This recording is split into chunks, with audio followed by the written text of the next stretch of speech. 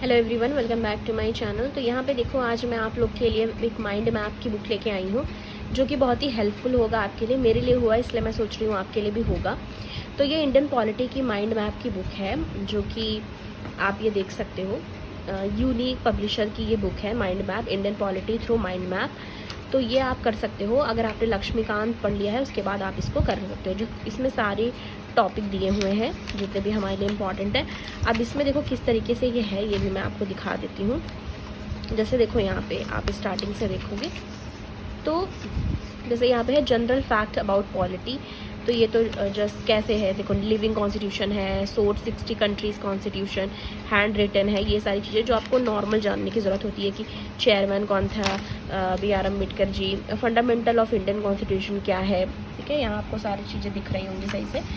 फिर historical underpinning of the constitution है, fundamental of Indian constitution है, और ये है रेगुलेटिंग एक्ट के बारे में दिया हुआ है, कंपनीज़ एक्ट के बारे में सारी चीज़ें, देखो सारी इन्फॉर्मेशन अच्छे से दिए हुए हैं जो कि आपके लिए यूज़फुल हो सकते हैं। और गवर्नमेंट ऑफ इंडिया एक्ट 1990 वो भी सारा देखो यहाँ पे एक्सप्लेन किया हुआ है कि लास्ट में आपके पास टाइम नहीं रहता उसके लिए। DPSP है यहाँ पे, उसकी भी सारी देखो दिया हुआ है, जैसे कि पार्ट 4 है, आर्टिकल 36 to 51 जो है वो DPSP आता है।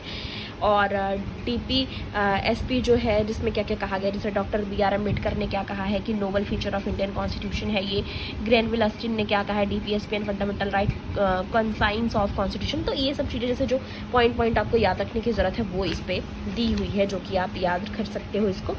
तो ये अच्छे से आप देख सकते हो। ये बुक पूरी ऐसी दी है, जैसे इलेक्शन कमीशन के बारे में है कि since 1950 15 October 1989 election commission function as a multi member body, मतलब क्या क्या चीज़ें जो इससे है। In case of difference of opinion क्या करेंगे, या फिर इलेक्टोरल रिफॉर्म्स से रिलेटेड है, उसमें क्या है, एंटी डिफेक्शन लॉ बेनिफिट क्या है, 91st अमेंडमेंट एक्ट। अब इसका आगे यहाँ पे दिया हुआ है, देखो क्रिटिसिज्म क्या है, 91st अमेंडमेंट एक्ट के बारे में क्या दिया हुआ है। तो सारी चीज़ें यहाँ पे क्या की गई हैं, एक्सप्लेन यहाँ पे की गई है। तो ये सब आप क्या कर सकते हो, पढ़ सकते हो। तो ये पूरा ही मतलब ऐसे ही सारी चीज़ें, जुडिशियल रिव्यू हो गई, अटॉर्नी जनरल ऑफ इंडिया, ठीक है, सारी चीज़ें यहाँ पे दी है। डिफरेंस क्या है ऑर्डिनरी बिल में, मनी बिल में, तो ये सारी चीज़ें यहाँ पे दी हुई हैं। तो बस ये थी जो मैं इसका एक सोचा मैंने कि आपको बता देती हूँ। तो ये माइंड मैप ये है, थोड़ी मोटी है पर आप इसको पढ़ सकते हो। Thank you.